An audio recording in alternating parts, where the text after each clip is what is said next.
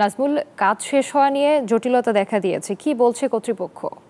রুবা, আপনাকে ধন্যবাদ। আপনি যেমনটি বলছেন, এই মুহূর্তে রয়েছে আশুলিয়ার বাইপেল এবং আশুলিয়ার বাইপেলে যে আবদুল্লাপুর বাইপেল হয়ে যে ইপিজেড আশুলিয়া এক্সপ্রেসওয়ে, সেই এই সড়কের যে কাজ সেটা কিন্তু আপনারা জানেন যে দীর্ঘ 24 কিলোমিটারের যে রাস্তা, সেই এক্সপ্রেসওয়ের নির্মাণ কাজ কিন্তু পুরোদমে চললেও কিন্তু এখনও ধীর গতিতে রয়েছে। সেটির আপনারা জানেন যে 1960টি পিলারের মধ্যে 1200টি পিলার কিন্তু ইতিমধ্যে দাঁড়িয়েছে এবং এখন যেটা বলা হচ্ছে 2026 সালের মধ্যে এই প্রকল্পের জুন মাসের মধ্যে কিন্তু এই প্রকল্পের কাজ শেষ করার কথা।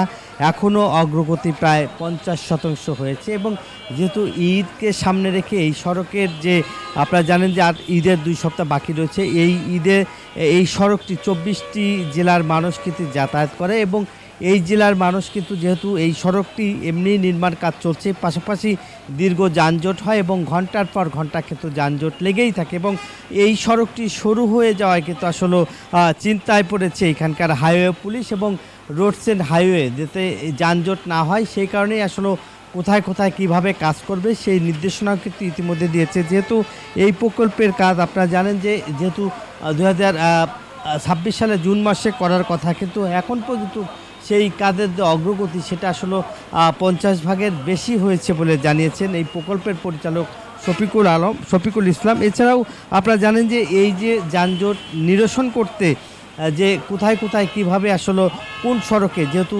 আশুলিয়া থেকে এই বাইপেল পর্যন্ত, বাইপেল থেকে চন্ডা মহাসড়ক, এই সড়কে আপনার তীব্র যানজট সবসময় লেগেই থাকে। এছাড়াও কিন্তু ঈদের ছাড়াও কিন্তু আসলে প্রতিদিনই কিন্তু সকাল বিকাল এবং রাতে কিন্তু যানজট লেগে থাকে এবং এই যানজট নিরসন করতে এই যানজটের হাত থেকে বর্তমান যারা ঈদে ঘরমুখো মানুষ তাদেরকে আসলে কিভাবে বাড়িতে নিবে, সেই যেহেতু এই সড়কটি একটি বিকল্প সড়ক নেই, যার ফলে আসলে এই সড়কে যানজট হয় এবং এই সড়কের যে কাজ কিভাবে আসলে কোথায় কিভাবে ঈদের সময় করবে সেই একটি নির্দেশনা দেওয়া হয়েছে এবং পুলিশ এবং পুলিশের ঊর্ধ্বতন কর্তৃপক্ষ এছাড়াও রোডস অ্যান্ড হাইওয়ে কর্তৃপক্ষরা কিন্তু এই সড়ক দেখে এবং নির্দেশনা দিচ্ছেন। এই ছিল আমার কাছে ঈদে ঘরে ফেরা এবং যানজটের সর্বশেষ খবর। ফিরে যাচ্ছি স্টুডিওতে রুবার কাছে। রুবা, কর্তৃপক্ষ বেশ কিছু নির্দেশনা দিয়েছে। নাজমুল, আপনাকে ধন্যবাদ। এই ঈদে জামা জুতো অ্যাক্সেসরিজের ডিসকাউন্ট।